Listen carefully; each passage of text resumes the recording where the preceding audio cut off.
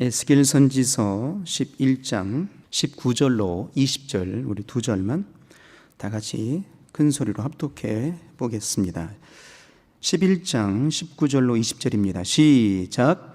내가 그들에게 일치한 마음을 주고 그 속에 새 신을 주며 그 몸에서 굳은 마음을 제하고 부드러운 마음을 주어서 내 율례를 좇으며 내 규례를 지켜 행하게 하리니 그들은 내 백성이 되고 나는 그들의 하나님이 되리라. 아멘. 사람의 몸은 둘이 아닙니다.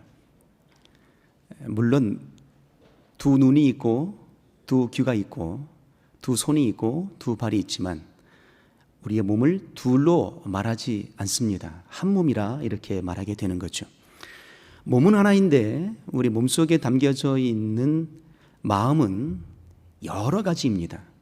그래서 노래 가사 말도 여자의 마음은 갈대와 같아서 라는 노래의 가사말이 있습니다.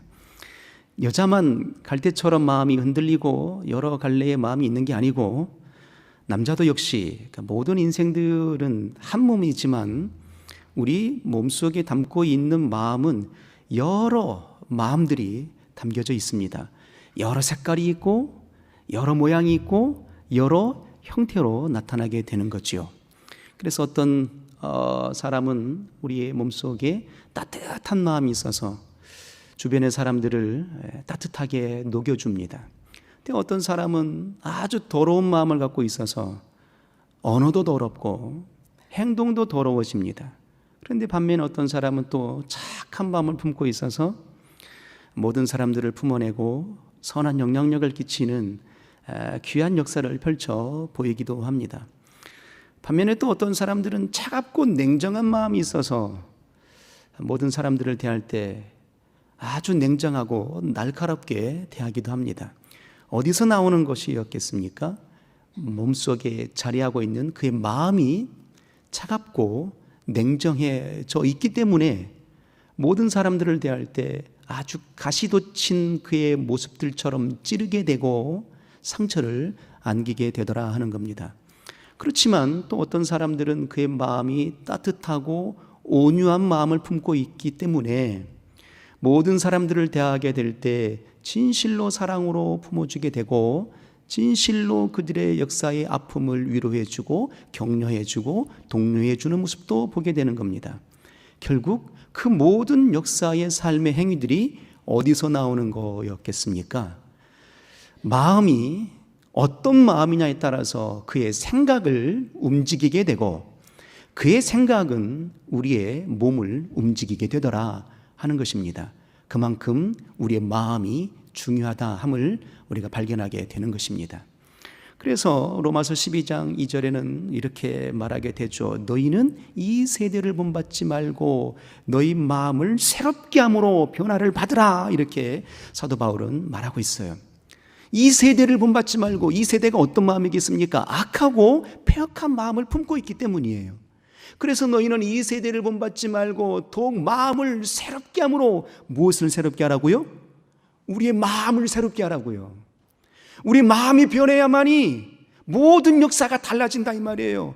모든 세계가 새롭게 보인다 이 말이에요. 그런데 여전히 우리의 마음이 어두워요.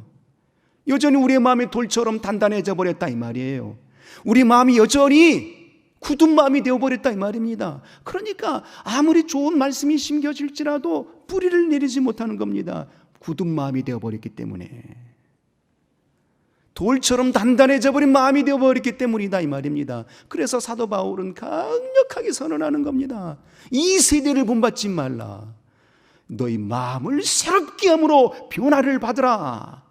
그러므로 하나님의 뜻이 무엇인지 분별하도록 하라라고 그렇게 천명했던 겁니다. 우리의 마음이 어느 만큼 중요한 줄 아십니까?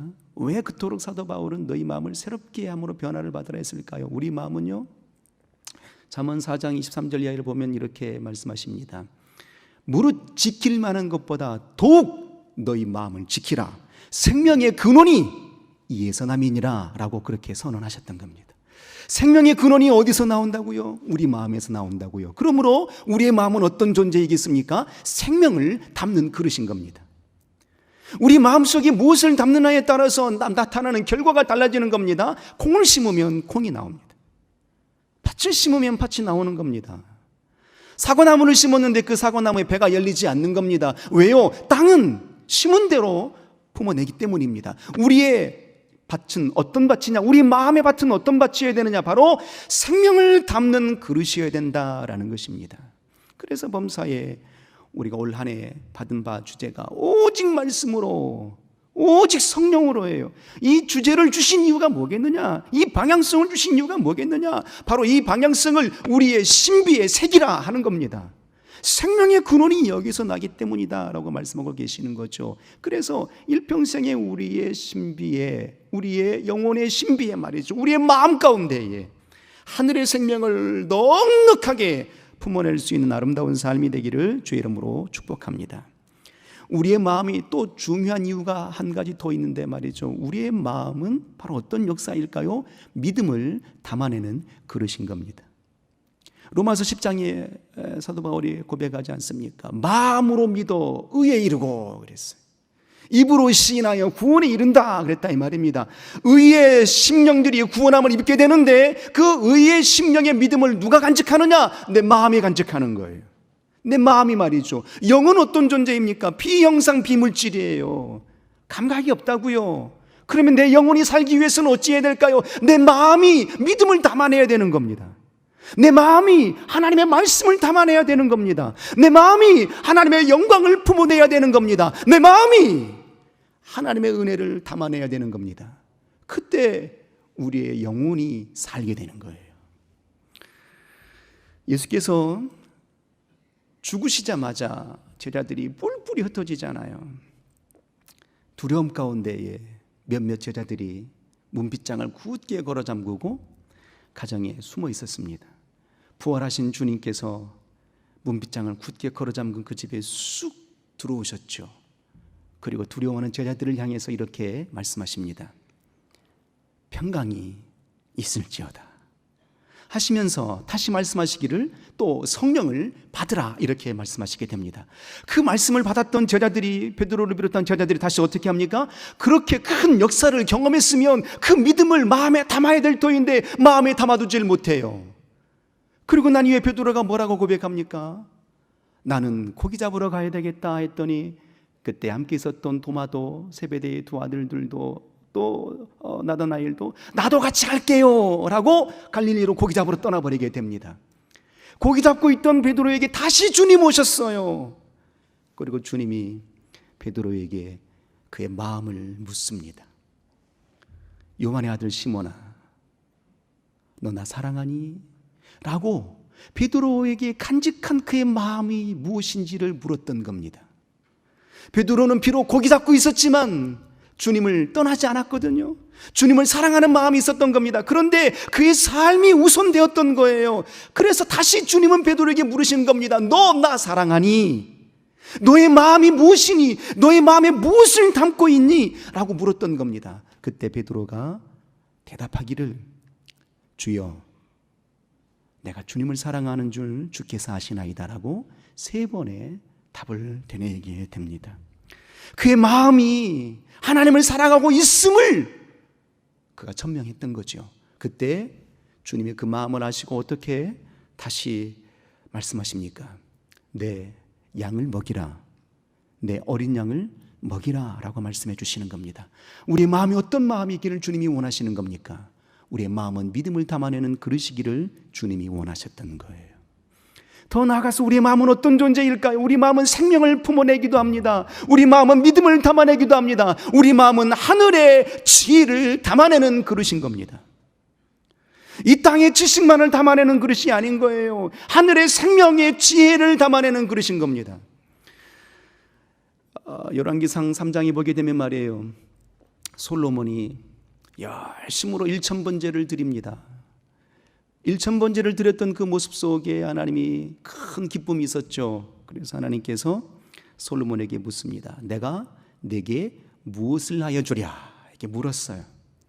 금도끼를 주랴, 은도끼를 주랴 뭐 이런 건 아니었고, 내가 너에게 무엇을 주면 좋겠니? 라고 물었어요. 그때 솔로몬의 답변이 무엇입니까? 지혜로운 마음을 주사하였어요. 지혜를 주옵소서가 아닙니다.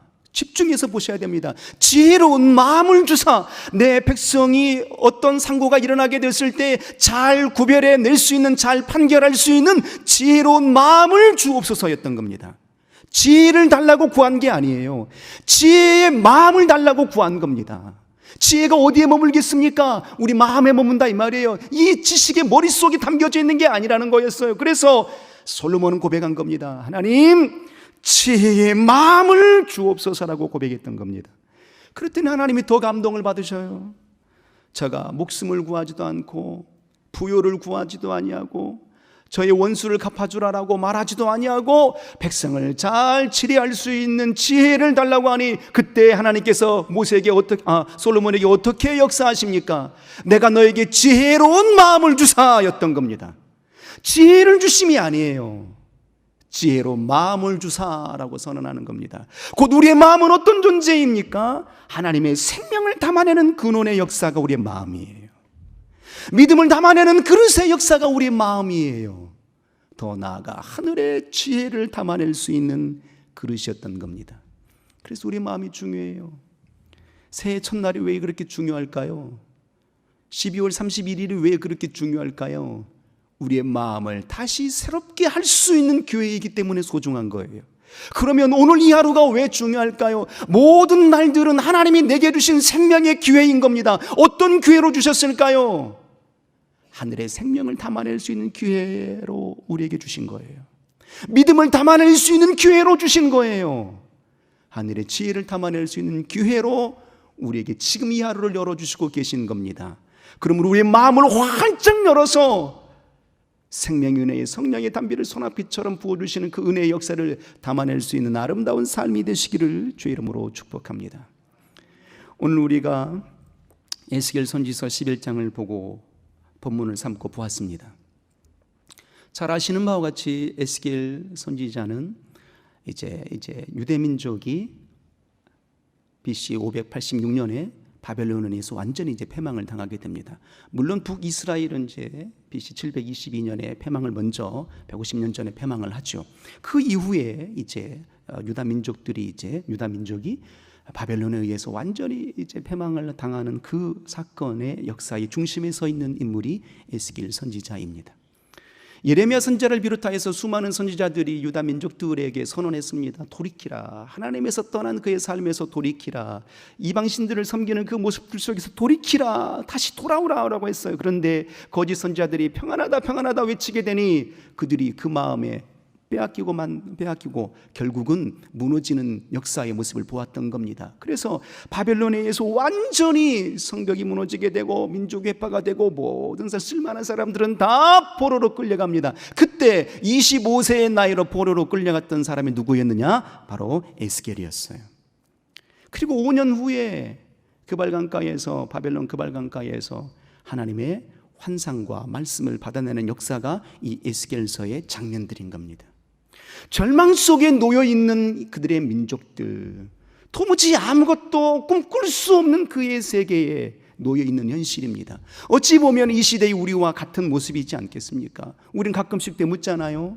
하나님, 우리가 개혁 7년 동안 달려왔는데 언제쯤이면 개혁이 완성이 될까요? 많은 사람들이 중간에 떠나기도 했고 많은 사람들이 흔들리기도 했지 않았겠습니까? 이렇게 어렵고 힘든 시기에 놓여 있는 겁니다. 그런데 우리보다도 훨씬 절망스러운 환경 속에 놓여 있을 때에 그발강가에 있었던 그의 에스겔을 향해서 하나님은 이렇게 말씀하시는 겁니다. 오늘 본문의 말씀이에요. 이렇게 힘들고 어려울 때에 하나님께서 내가 너희를 회복시켜 줄게 이렇게 선언하심이 아니라 그 근원의 역사를 말씀하고 계시는 거예요. 이렇게 하신다 이 말입니다. 너희가 이럴 때일수록 이런 마음을 가져야 돼. 너희가 이렇게 힘들고 어려울수록 이런 어려운 환경들이 놓여있을 이때일지라도 너희가 더욱더 품어야 될 마음의 세계가 있는데 이런 마음이어야 돼 라고 말씀하시는 겁니다. 자, 다시 본문을 봅니다. 19절입니다. 한 번 더 읽어볼까요? 주님이 하나님께서 우리 이 시대에 오고 오는 모든 그리스도인들을 향해서 어떤 마음을 가지라고 말씀하고 계시는지 한번 읽겠습니다. 시작. 내가 그들에게 일치한 마음을 주고 그 속에 새 신을 주며 그 몸에서 굳은 마음을 제하고 부드러운 마음을 주어서입니다. 마음에 대해서 말하고 있는 거예요. 마음에 대해서 말이에요. 더 온전한 믿음을 가지라. 그러면 더 명확하고 더 직시할 수 있을 것 같은데, 우리 하나님은 말이죠, 그 마음, 그 믿음을 담아낼 수 있는 그릇이 뭐냐? 마음이었기 때문에 하나님은 이 어려운 시기에, 이 안타까운 환경 속에 이스라엘 민족들과 오고 오는 모든 그리스도인들을 향하여서 이렇게 말씀하시는 겁니다. 너희가 이와 같은 마음을 가져야 돼. 그 마음이 어떤 마음일까? 주님이 우리에게 주신 마음은 어떤 마음일까? 오늘 우리가 간직해야 될 믿음의 마음은 어떤 마음일까 하는 겁니다. 그 마음의 세계를 이렇게 선언하는 겁니다. 내가 그들에게 어떤 마음을 주어서? 일치한 마음을 주어서입니다. 일치한 마음. 그 일치가 어떤 의미예요? 둘로 쪼개어지지 않은, 나눠지지 않은 한 마음이라는 얘기예요. 한 마음 되게 하여 주옵소서. 우리가 이 시대에, 오늘 이 한 시간 우리가 간직해야 될 마음이 어떤 마음이겠습니까? 한 마음이어야 되는 거예요. 그런데 이 한 마음 되기가 결코 쉽지 않잖아요. 부부가 수십 년을 살아도 한 마음 되기가 쉬워요? 어려워요? 어려워요. 그래서 지금 각방 쓰시잖아요. 한 마음이 안 돼요. 수십 년을 같이 살아도 그 마음을 모르겠어. 그 속을 모르겠다 이 말이에요. 그래서 하나님도 아시는 겁니다. 성령께서, 성령 하나님도 간구하시는 하나님이시고 그의 아들 예수 그리스도 우리를 위해서 친히 간구하시는 하나님이라고 로마서 8장 26절 이하에는 그렇게 선언하십니다. 성령께서 말할 수 없는 탄식으로 친히 우리를 위하여 간구하시나니 하나님의 뜻대로 구하셨다 그랬다 이 말이에요. 그런데 그 하나님의 뜻대로 구하심의 역사가 무엇이었을까요? 모든 것이 합력하여 선을 이루느니라 였던 겁니다. 한 마음 되기 위하여서 성령 하나님이 우리를 위해서 간구해 주고 계신다 이 말입니다. 성령 하나님이 우리를 위해서 기도해 주시는 기도의 제목의 핵심이 한 마음이었던 거예요. 그것이 새로운 역사를 이어가게 한다. 교회를 살려내고 너희 영혼을 살려내는 역사다 하는 겁니다. 몸이 하나예요. 주도 하나예요. 성령도 하나이니 나눠줄 수 없다 이 말입니다. 그런데 자꾸만 우리는 이 한 마음 되기가 그렇게 어렵다라는 그 사실로 말미암아서 엄청난 무기를 삼는 거예요. 하나 되기는 어려운 거야 라는 것을, 당연한 것이겠지만 이 당연한 것을 무기로 삼아요. 그래서 거침없이 대하거든요. 한 마음 되기가 왜 어려운 줄 아십니까? 자기 희생이 필요하기 때문입니다. 나의 양보가 필요하기 때문이에요. 여러 가지 의견들이 나옵니다. 각각이 품고 있는 마음의 세계를 토로하는 거거든요. 나는 이런 교회를 원하고, 나는 이런 세계를 원하고, 나는 이런 믿음을 원합니다 라고 말한다 이 말입니다. 생각도 다르고 의견도 다릅니다. 우리 속에 들어있는 마음은 여러 마음이니까요. 그런데 그의 마음을 하나로 모으기 위해서는 어찌해야 될까요? 양보, 희생해야 되는 겁니다. 그런데 양보하지 않아요. 희생하지 않아요. 고린도 교회가 있지 않았겠습니까? 그 고린도 교회가 말이에요, 물론 성적으로도 타락한 교회였고 이방신들을 섬기는 안타까운 모습도 있었던 건 사실입니다. 그렇지만 고린도 교회에 있는 성도들의 믿음이 아주 충만했거든요. 은사도 뜨거웠습니다. 아주 뜨거운 신앙을 했습니다. 그런데 사도 바울이 그들을 향해서 책망한 역사의 모습은 어떤 모습 때문에 책망했을까요? 그 뜨거움의 역사, 그 충만함 역사가 자기의 충만이 최고의 충만이라고 여겼던 거예요. 내 믿음이 최고의 믿음이라고 여겼던 겁니다. 다른 사람들의 믿음을 인정하려고 하지 않았던 거예요. 그래서 나는 베드로에게 배웠으니 나는 개밥하라. 나는 바울에게서 배웠으니 나는 바울파라. 아니 이것도 저것도 아니고 나는 그리스도의 복음으로 받았으니 그리스도 파라라고 그렇게 서로 간의 분파가 나눠지게 된 겁니다. 교회가 자기의 주장만을 앞세우게 되니까 한 교회가 되지 못했던 것입니다. 그래서 고린도후서 13장 5절 이하에 사도 바울은 강력하게 천명하는 겁니다. 너희가 스스로 너희 믿음을 좀 들여다보라. 너희 안에 그리스도 예수가 계시지 않는다면 너희는 버리운 자니라. 스스로 너희 믿음을 시험하고 확증해보라라고 선언했던 이유가 바로 거기 있었던 겁니다. 분파가 생겨나게 돼요. 분파가 생겨났던 이유는 무엇일까요? 한 몸된 교회를 이루지 못했다라는 사실인 거예요. 그 역사 속에 과연 하나님의 역사에, 뜨거움의 역사, 하나님이 기뻐하시는 역사가 임하시겠는가 하는 겁니다.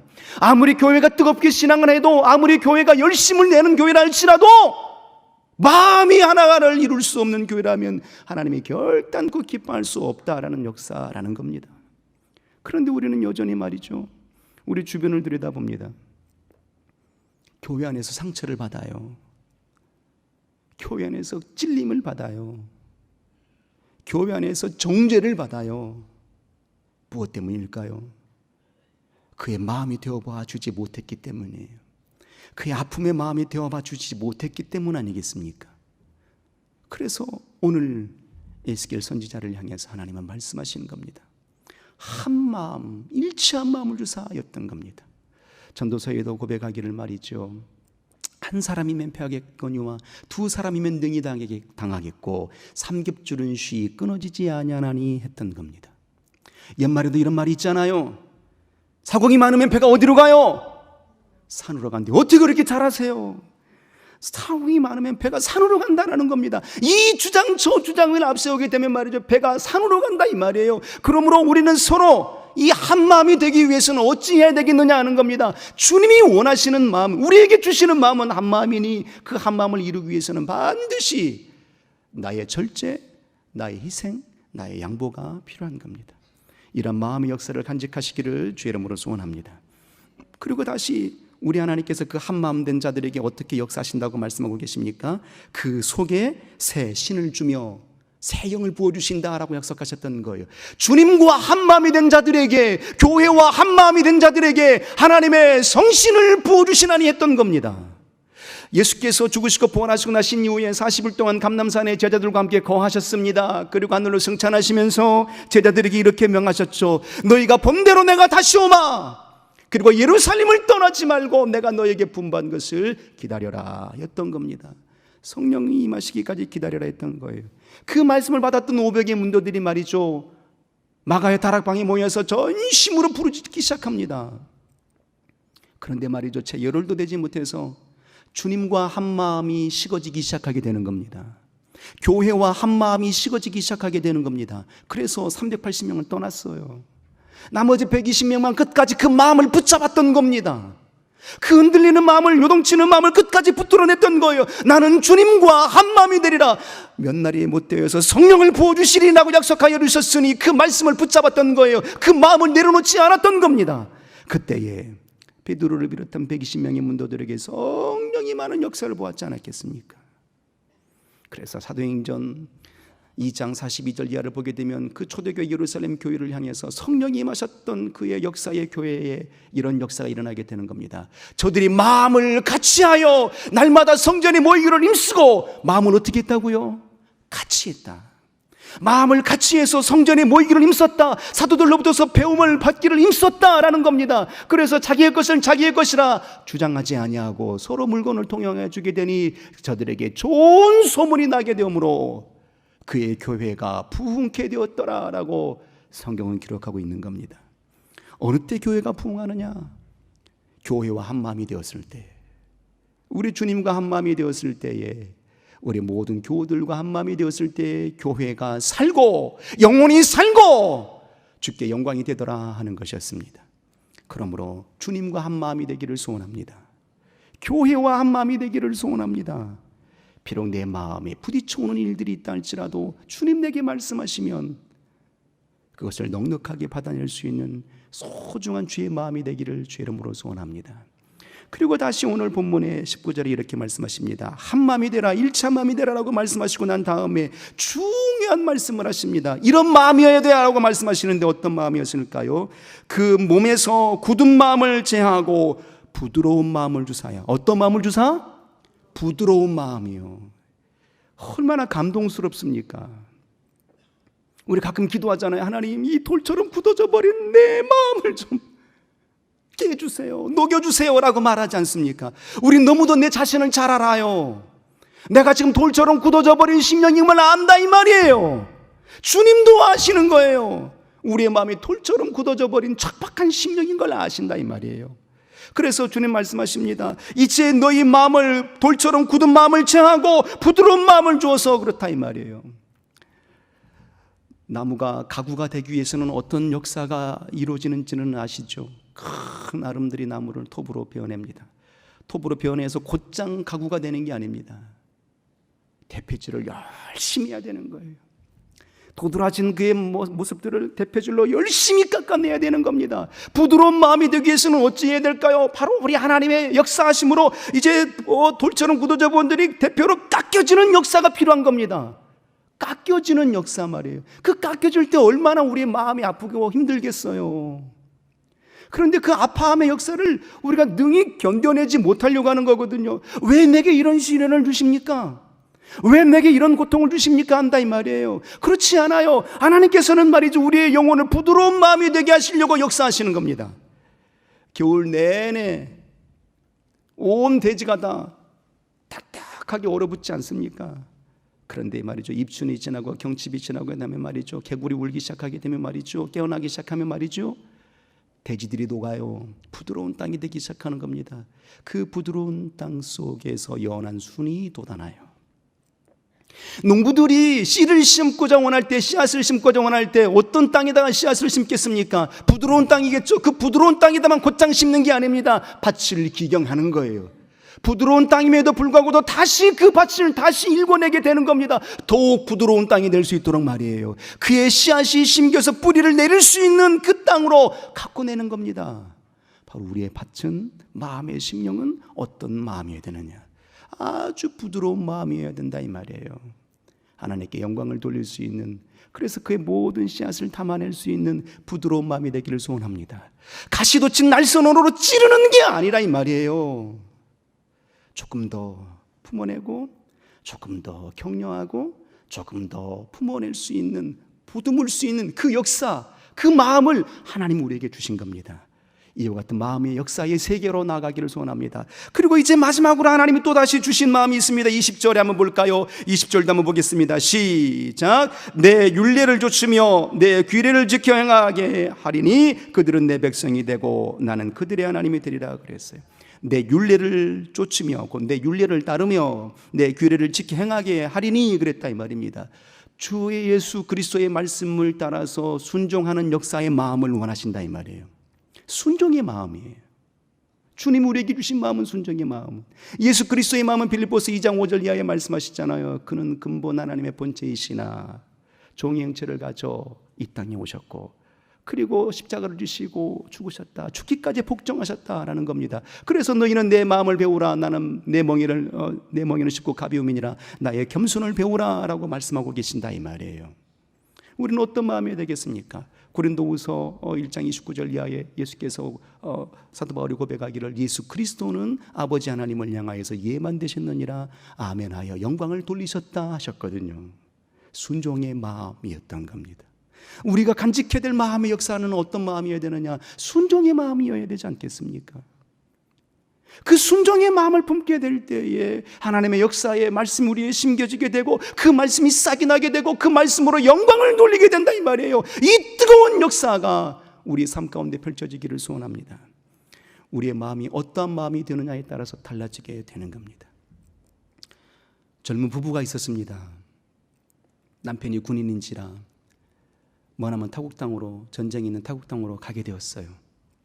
그랬더니 그 아내가 남편만 홀로 보내는 것이 너무 안타까워서 그 남편을 따라가게 되었습니다.